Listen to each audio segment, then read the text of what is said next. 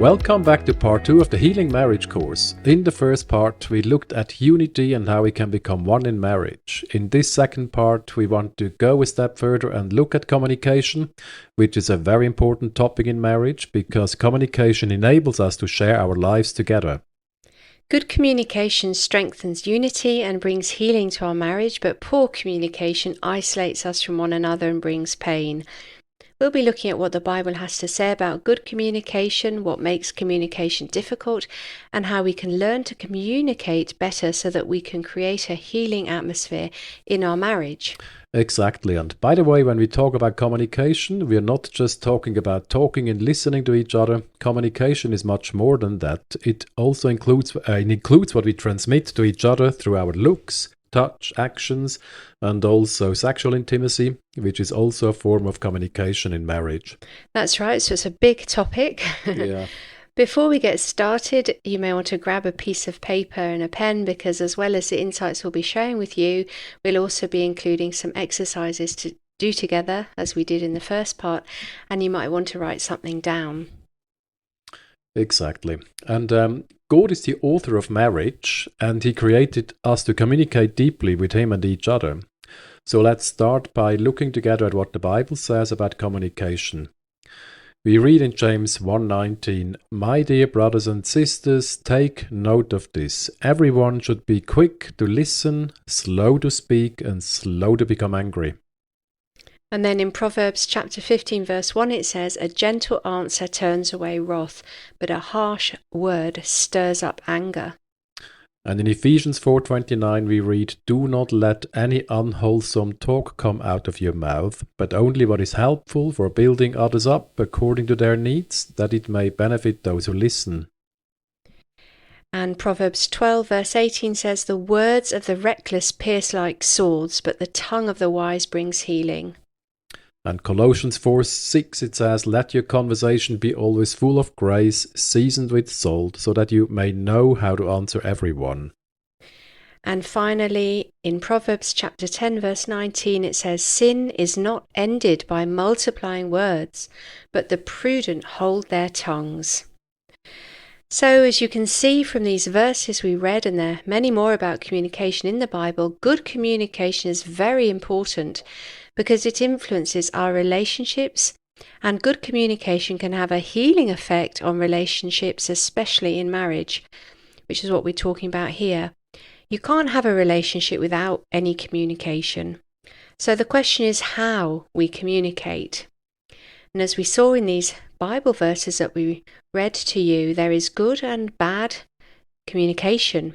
And we want to learn how to avoid bad or destructive, negative communication and promote good, positive communication in our marriages. And good communication helps us to keep the peace. And as we said, bad communication promotes conflict. Yes, and with good communication we can restore or build unity in marriage when we have lost the connection. And as we saw in the Bible verses, the right words at the right time have a healing effect. And we can already see that a marriage can be healing if we choose the right words. If we learn to repeatedly restore unity in marriage through good communication, we open the way for a beautiful and also romantic relationship. The feeling of being understood by the other person is very precious, and also it opens the way for good sex.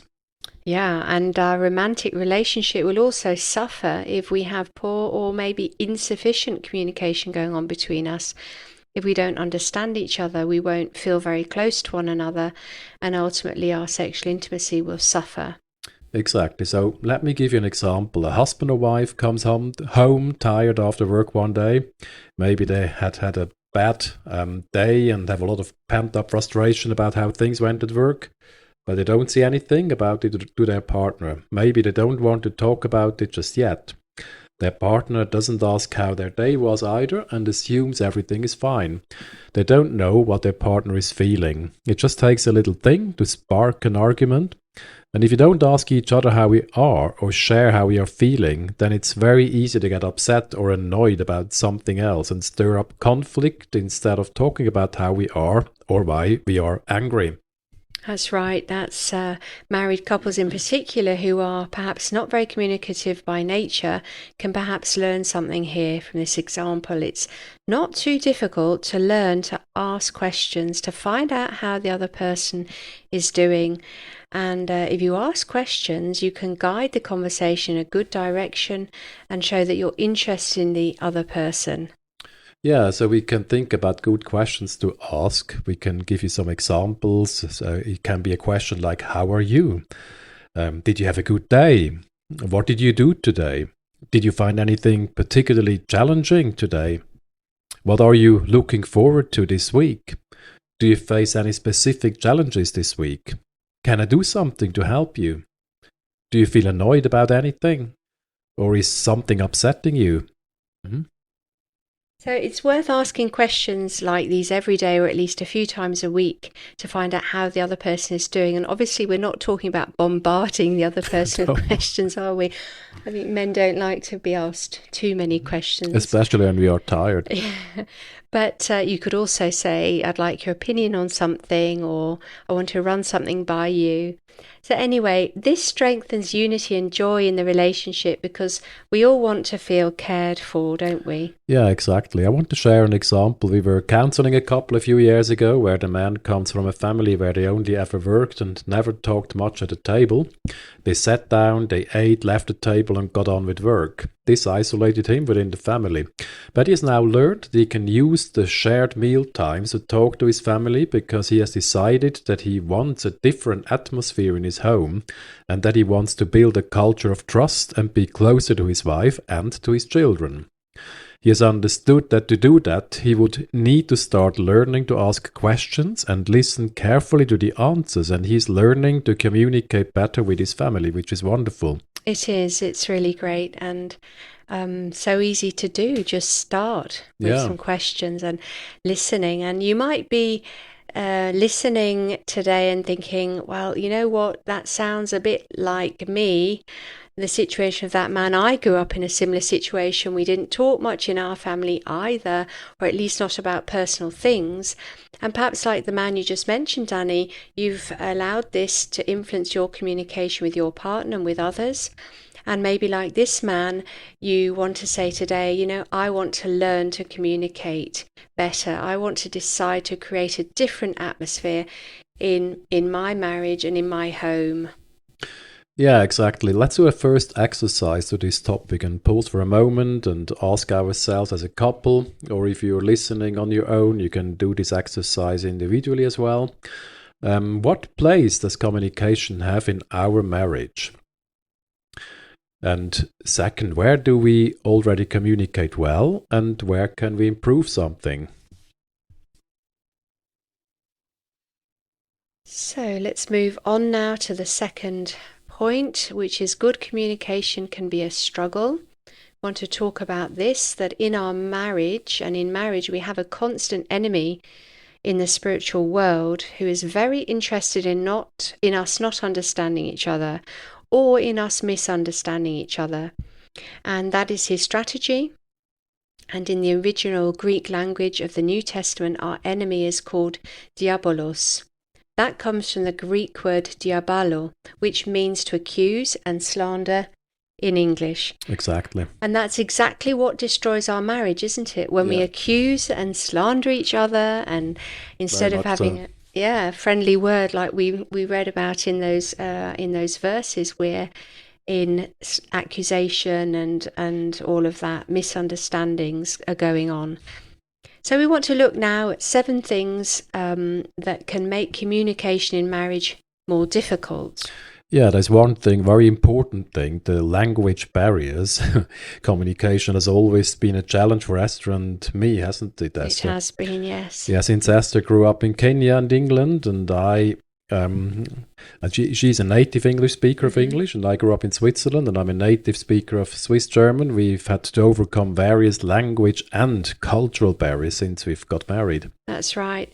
And a second a second point that makes communication more difficult in marriage is, of course, cultural differences. So not just language differences, but cultural differences as well. Because for good communication, it's not enough to have a good command of the other person's language if they speak a different language, but you also need to learn what the words can mean in the other person's culture and in their context. And Swiss people tend to communicate more directly, I'd say. My experience of English people is that they tend to communicate more indirectly, with slightly more restraint, or they hint at something, and then people generally get the idea of what they're saying. So, for example, I remember people would say, "Oh, it's a bit chilly in here," and what they actually mean is, can you close the window or can you turn up the heating? Yeah, exactly. And the Swiss person would rather ask directly whether they could close the window or just close the window themselves without saying anything. Yeah. Just get up and close the window. So sometimes we had this problem. It's a cultural problem. You didn't get my hints, or you didn't understand what I was trying to say, which was for me clear what I was trying to say. So you started to ask me to say, "Look, Esther, can you say what you want to say? Can you just say short, clear sentences so that I can understand?" And I often got the feeling, before we kind of worked this out, that you weren't making an effort to understand me. And you just thought I was complicated and so on, until we realized that we had a cultural problem that we needed to work on. Well, exactly. It took some time to realize this, but so, for example, you had to learn that I don't think it's rude when you tell me something straight out. And on the other hand, I had to learn to think a little bit more when you try to tell me something that wasn't immediately clear to me. And I had to learn to be more patient and sometimes ask questions without getting impatient. And to think about the different cultures is particularly important here in Switzerland, as we have many different cultures and regions in our beautiful country that you have to be aware of, or when you marry someone from a different region. A man told us once about a couple who attended a seminar on communication he was running, who came up to him at the end, and they said they had finally realized where a lot of their marital conflicts come from.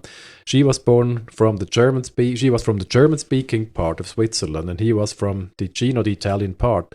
And she found more satisfaction from the work she accomplished, whereas he found more satisfaction in his relationships and friendships. And when they realized they had different cultural values in life, even though they were from the same country, they suddenly were able to understand each other much better. It's crazy when you think about it, but these things can really make a difference. And it's important to remember to bear in mind that the different family cultures we come from we could come from different family cultures as well, not just cultural regions, but family cultures can be different too. Yeah. So one partner, for example, may come from a family where people talk very loudly, and the other person might come from a family where they're much quieter, and so those can be factors. If we want to communicate better, we have to kind of sit down and agree on which culture we want to adopt in our own marriage, so that we both feel comfortable. Yeah, that's really important. Exactly. Yeah. So we come to our second exercise, and we can think about the following thing together. Are there any language barriers in our marriage? And second, are there any cultural differences in our marriage? So let's move on now. We're looking at 7 things that can make communication in marriage difficult. And number 3 is the tone, the volume, and the facial expression. So the tone in which you say something is very important. If you say something in a certain tone, it can lead to the other person thinking you're annoyed, even though maybe that's not the case. You can also communicate a lot with your facial expression and create or give the wrong impression about how you're feeling or what you're thinking. And the volume also plays a central role and is often the precursor to physical violence when things start to get very, very loud. If you want to improve communication in your marriage and avoid escalation of arguments and conflicts, it's often worthwhile really sitting down and thinking about your volume, your tone, and your facial expression, and working on those areas. So we want to do a third exercise together, or you might want to do this when you go to bed tonight, for example. You might want to look in the mirror and observe your facial expression.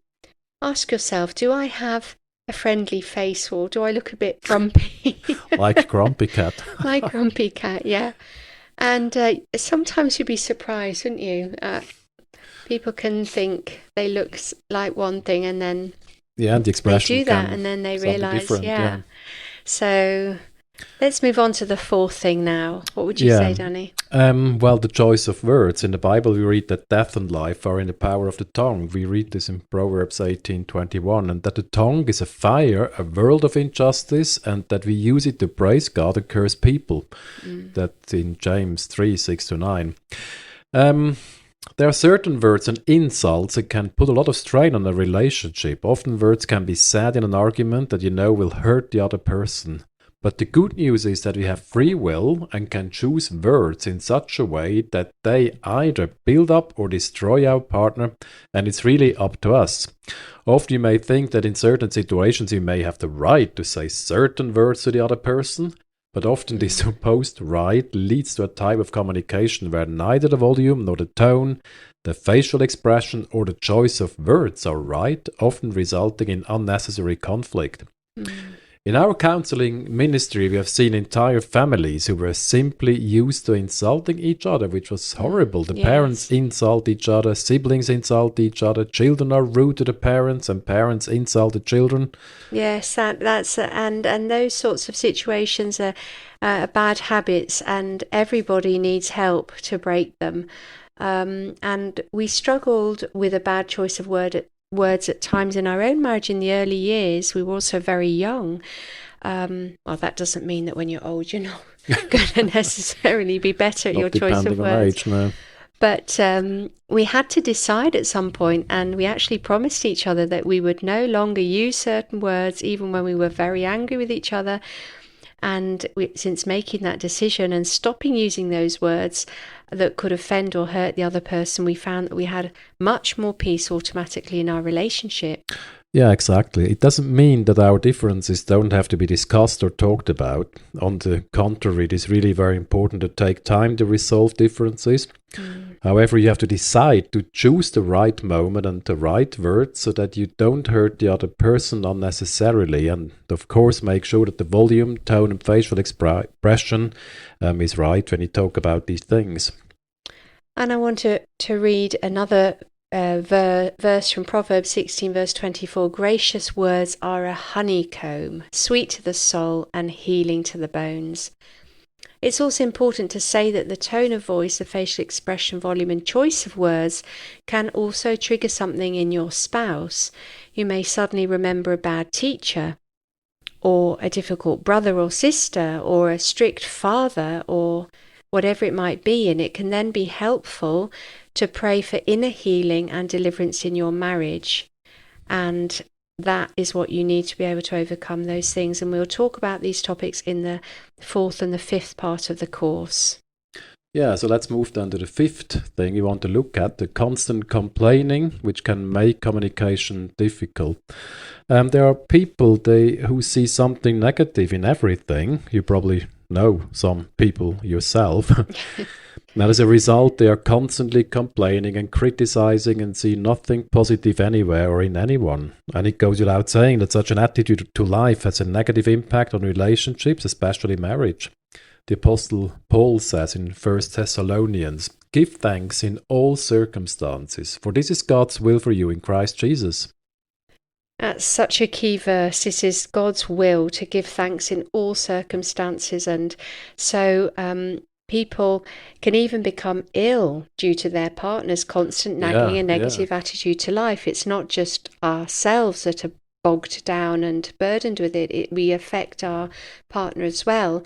But gratitude is the best way to overcome a bad mood, and complaining and the best way to change the atmosphere between us, isn't it? Yeah. So we want to do another exercise together. We want to pause and think for a moment about the following 3 questions. You may want to write something down. Firstly, when we communicate with each other, what tone of voice do we tend to use? What about the volume we speak at? What about our facial expression? You may need to ask yourself these questions over a week or 2 of observing. But what about our choice of words? Do we complain a lot in marriage?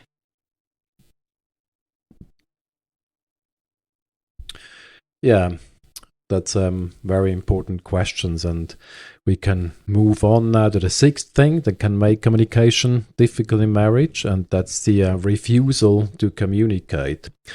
Um, a church minister in England told us about a married couple who lived under the same roof but had not talked to each other since they had an argument 18 years ago. Just imagine. 18 years. They Hadn't didn't talked to speak each to other each for other. 18 years. Yeah, I mean, it's awful. They didn't speak to each other, but they still lived under the same roof. Mm. Some couples, they get in the habit of ignoring each other or stonewalling each other. They feel hurt and punish their partner by refusing to communicate with them.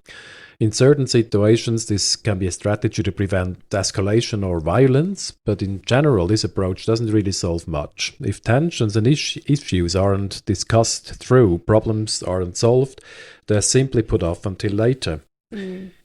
Giving our partner the silent treatment is also very hurtful and humiliating, isn't it, for the partner who's being shut out, because you're actually saying, you know what, I don't feel like talking to you, I don't want to resolve our differences, you're at fault, it's your fault, it's not me.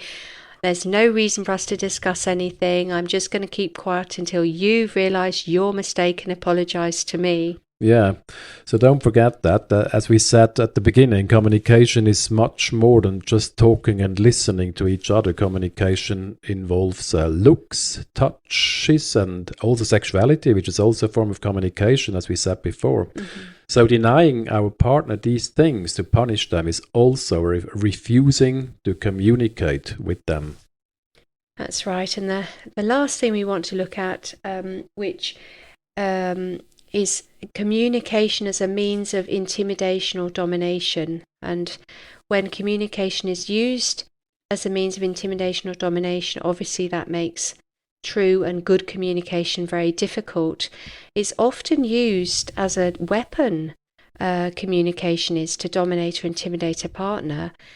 Facial expression, choice of words, tone of voice are used consciously or unconsciously as a means of pressurizing or manipulating our partner to get them to do what we want.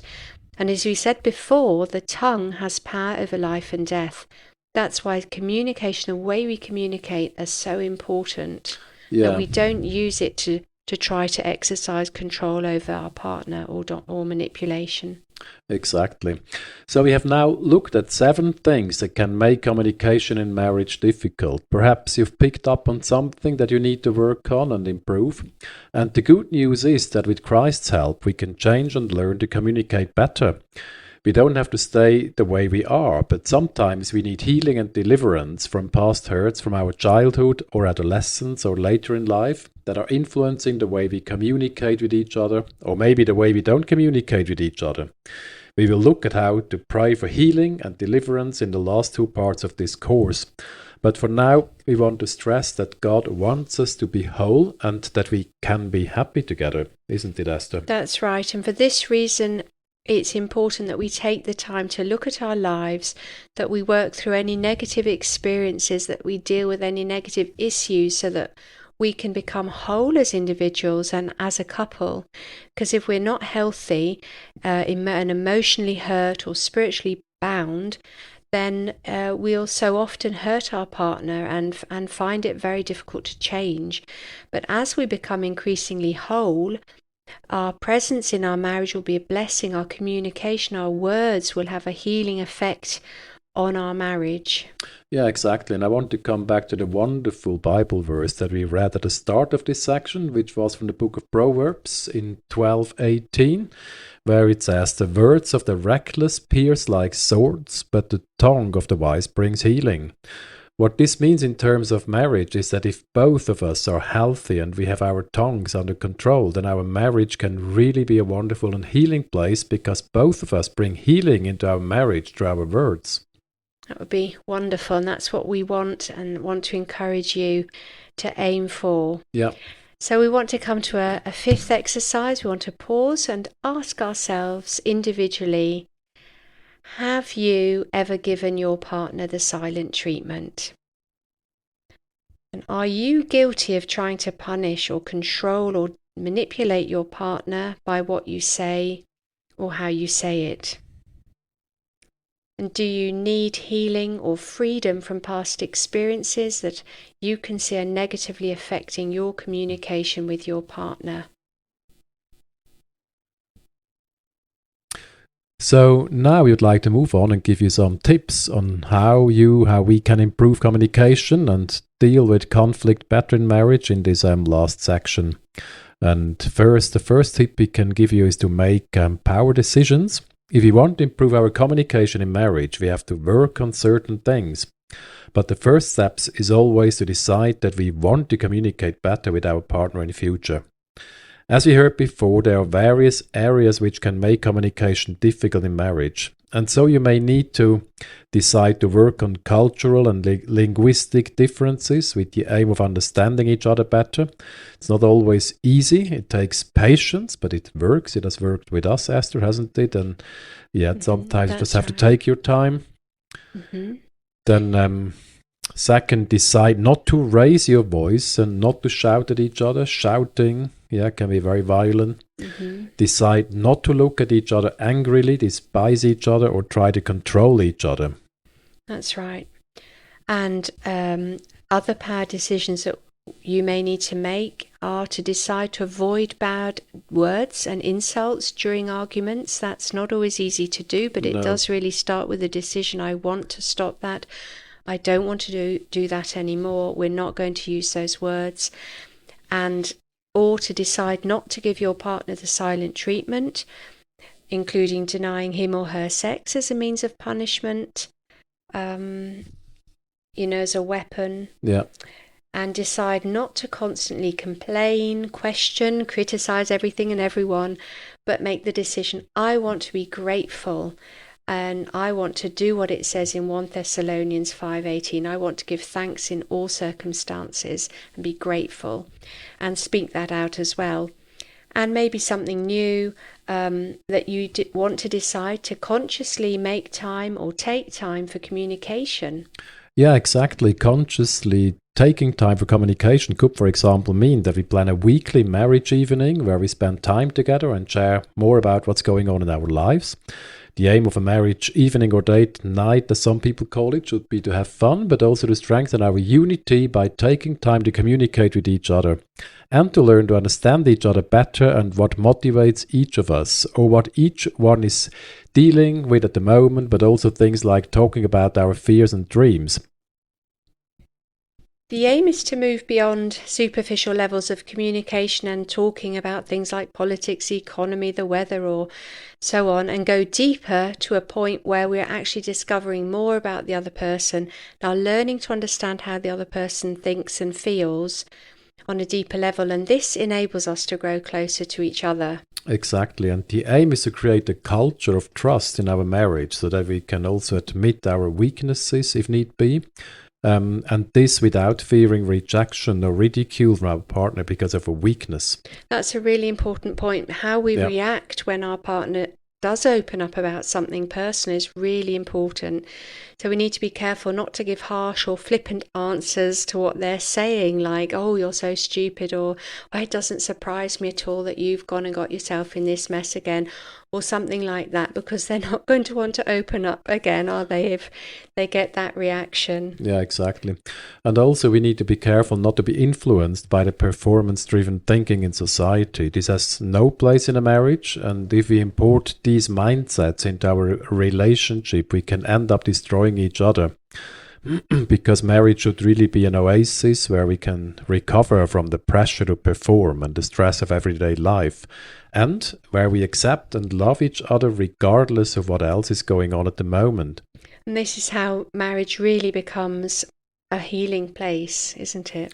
Yeah, exactly. And so what you really need to do as a next point is to identify bitter roots that hinder a successful communication. As we have already said, making a power decision to communicate better is the first step. Then it is a matter of identifying whether there are any bitter roots that hinder the communication. You can consider whether you feel hurt somewhere or have not forgiven, and therefore no longer feel like communicating with your partner. Perhaps there is also a certain frustration about a certain situation that has taken away your desire to communicate. But we found the Holy Spirit can show here exactly what it is so that you can address it and deal with it. That's right, and that's very liberating and wonderful to be able to involve the Holy Spirit there. And once we've identified any bitter roots between us, then the third step is to forgive each other where necessary. It's important to forgive each other and let go of any grudges. Then you can also check whether you can forgive your partner. Sometimes that's not possible. There are sometimes situations where we want to forgive, but we find it so hard to let something go. And it may be that if that's your situation, you need healing and deliverance prayers first, and then you'll find it so much easier to forgive. And we talk about that later in the course, and healing and deliverance in parts 4 and 5, as we've said before. Yeah, that's right. And the next tip we can give you is a little bit more practical. We really recommend that you schedule some marriage business meetings. In many marriages and families, tensions, they arise over practical things that need to be done, but because we haven't discussed them and no decision have been made about what needs doing and who's going to do it and by when, it's a real source of tension, isn't it, Esther? Mm-hmm. So let me share some of the topics that can be. It could be the needs and requests from children or grandchildren. It can be new purchases that need to be made. To talk about in a business meeting in marriage. Yes, exactly. Mm-hmm. It could be like the topics and talking about just very practical things like cleaning and washing, planning holidays and free time, planning a marriage or date night, fixing up the apartment or talking about the gardening, repairing the car, requests from other people for help, like meeting friends or church or ministry concerns and concerns related to clubs or societies you belong to, and make decisions in these things. Yeah, and marriage business meetings can be really helpful to avoid topics getting stacked up that become constant sources of unnecessary tension. So how do you go about organising such a meeting? Well, the first thing is obviously set a date and start and end time, not endless for hours for the meeting. So, for example, 30 minutes or an hour, and agree prior to the meeting on 1 and maximum 3 topics. Probably 1 is enough in many cases, from your list for discussion. And then during your meeting, focus on what needs to be done, who's going to do it, and by when they're going to do it. And it's very helpful to write down what you decide together, and then schedule another meeting with the other topics for another time, like a follow-up meeting. And that many people find that very helpful to improve communication by just doing it in that ordered, business-like way. Yeah, exactly. And there's the next thing we want to talk about, being patient and gracious. And it brings us to the last point. Let's take, for example, the topic of forgetfulness. This can be a particular problem for older couples, but it can also affect younger ones. Yes, younger couples as well. As we have experienced also ourselves. Mm-hmm. As we get older, we sometimes forget things without bad intentions. We are not that old, as we said, but as we have observed in ourselves and in other couples, that forgetting can sometimes lead to real frustration and tension. One partner can assume that something is perfectly clear to the husband or wife because it is perfectly clear to them, and then they find out later that it wasn't clear to the other person at all, or it was no longer clear because he or she had actually forgotten something important without meaning to. That's right, and it's very important that we treat each other kindly and that we make a conscious effort to ask whether something is completely clear or is it still clear, to just go through something quickly again, write down important dates or arrangements so that it's clear to both of you what's going to be happening and who's doing what, and things don't get forgotten, which is a source of a lot of bad communication and arguments later on. So we want to come to another exercise where we invite you to consider the following questions. And really the first one is, how can each one of us, or how can each one of you contribute to building a culture or trust in your marriage? And then second, are there bitter roots in your marriage that you need to look at on your own or together? And could you benefit from marriage business meetings?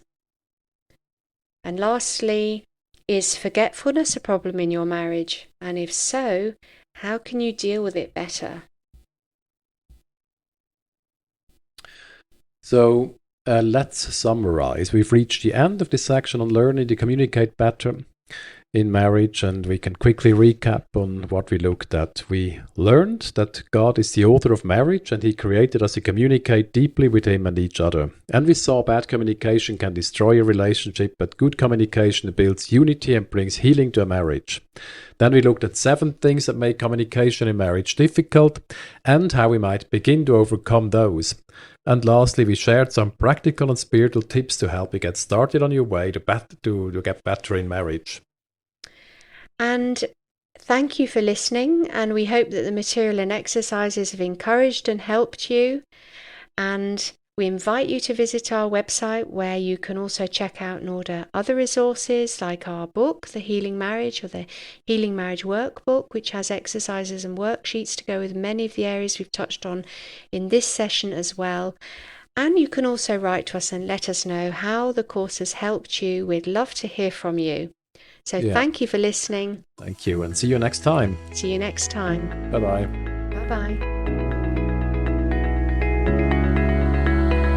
Bye-bye.